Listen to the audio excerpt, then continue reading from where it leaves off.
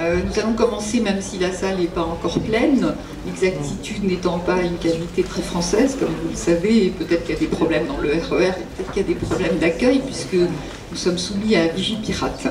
Alors, pour avoir quand même le temps d'écouter notre intervenant, le débatteur, et échanger avec vous, je préfère commencer de suite.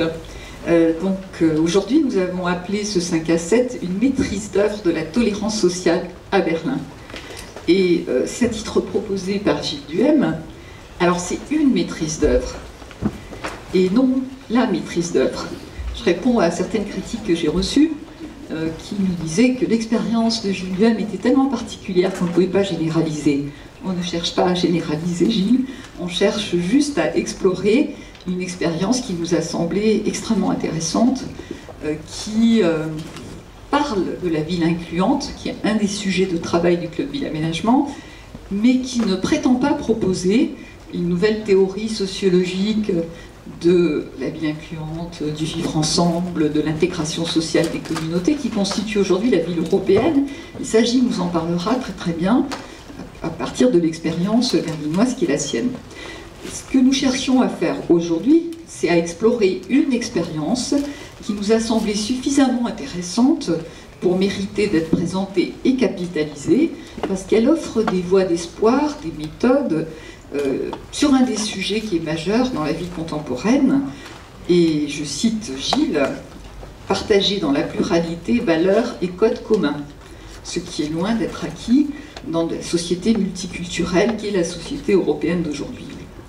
Donc, tenter de capitaliser cette expérience, c'est essayer de comprendre ce petit laboratoire socio-urbain que mène Gilles Duhem au sein d'un quartier de grands ensembles à Berlin, qui n'est pas un quartier très défavorisé, mais qui est un quartier comme ce que nous connaissons dans nos grands ensembles, avec la perspective d'apporter des réflexions, des pistes d'action aux acteurs de la ville qui sont ici présents ou qui nous écoutent, puisque la séance est retransmise en direct et puis en décalé.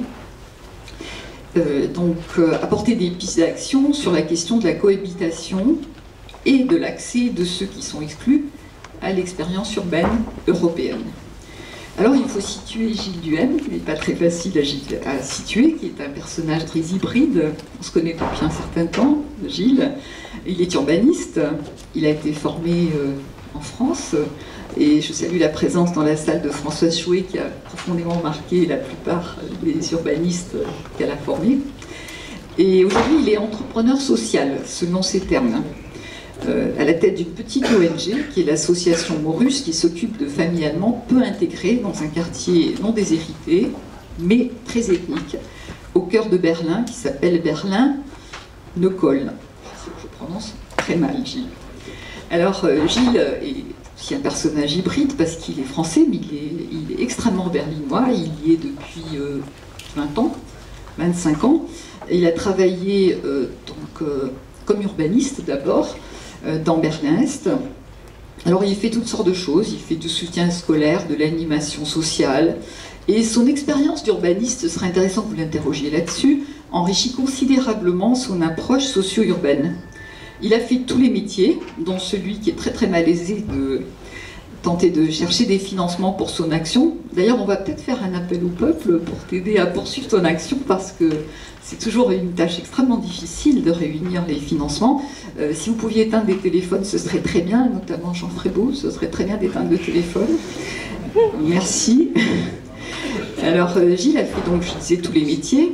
En particulier, il a œuvrer à définir des programmes de développement social pour les quartiers sensibles, pour combattre les incivilités, la petite délinquance, rénover les bâtiments, les espaces publics, encourager l'apprentissage de l'allemand, combattre l'échec scolaire et le communautarisme, concevoir, animer des réseaux d'acteurs locaux, de jurys citoyens, d'assurer la médiation entre l'administration régionale du Land de Berlin et les acteurs locaux.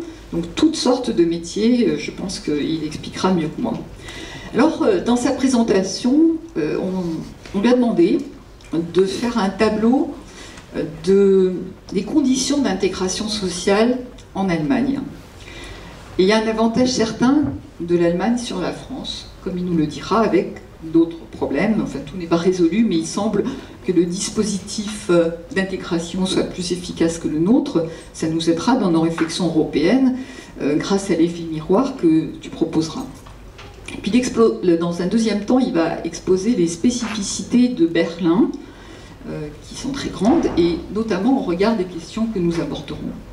Et puis, il développera la manière dont il travaille dans son ONG, dans son quartier, et vous verrez que c'est une action assez musclée, qui est de la tolérance sociale, mais qui exige quand même, voilà, orientée, qui est assez musclée. Enfin, il vous l'expliquera.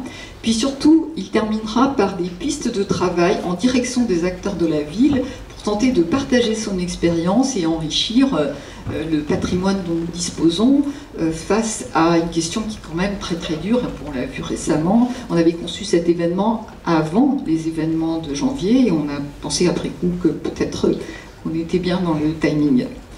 Alors, comme toujours de mise dans ces 5 à 7, un aménageur réagit. Un membre du club Ville Aménagement réagit à l'intervenant.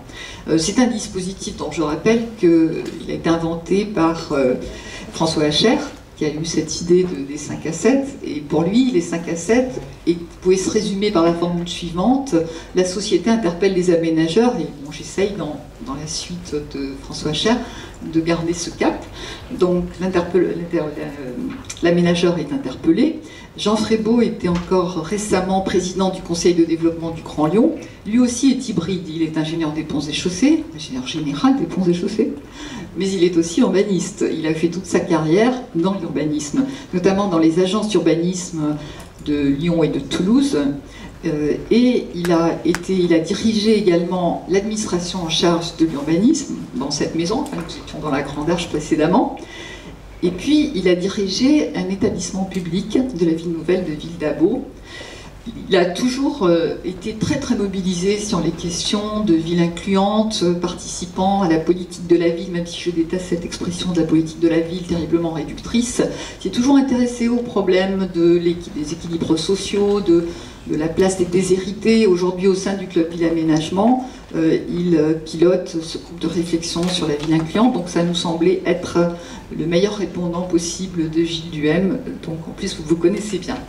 Alors, dès à présent, j'espère que je peux avoir l'image, je vous annonce le prochain 5 à 7 qui aura lieu le 24 novembre, non pas dans ce lieu, mais dans une salle dans Paris, à l'auditorium de l'INA 2 rue Vivienne, on sera très près du Palais Royal, et il portera sur un sujet très différent de celui d'aujourd'hui, encore qu'on pourrait le relier, qui est la question de la ville numérique. Est-ce que la ville numérique changera la ville ?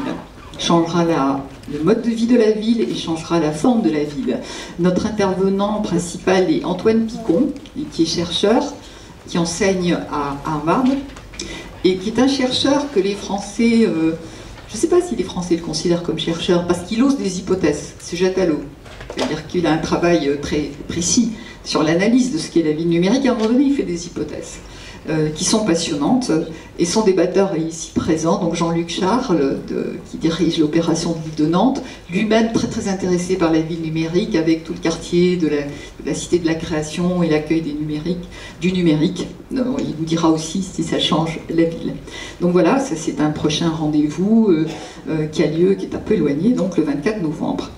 Pour finir, je vous rappelle que tous les 5 à 7 sont à présent retransmis en direct et en différé. Sur YouTube, on vous enverra l'information, donc on peut en voir des bouts, puisqu'on scande l'événement.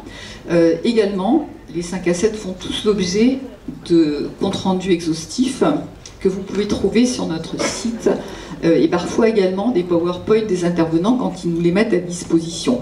Donc vous pouvez trouver l'ensemble des 5 à 7 sur le site du Club Ville Aménagement. Donc je vous donne, c'est www.club-ville-aménagement.org. De toute façon, vous mettez Google ou Yahoo et ça sort. Et vous avez tous les 5 à 7. Il faut le savoir, parce que dans certains cas, notamment je pense aux enseignants, ça peut être tout à fait utile de passer un 5 à 7, ou demander aux étudiants de le regarder et de les interroger après là-dessus. Voilà. Merci de votre écoute, et puis nous avons le plaisir d'écouter Gilles Duhem.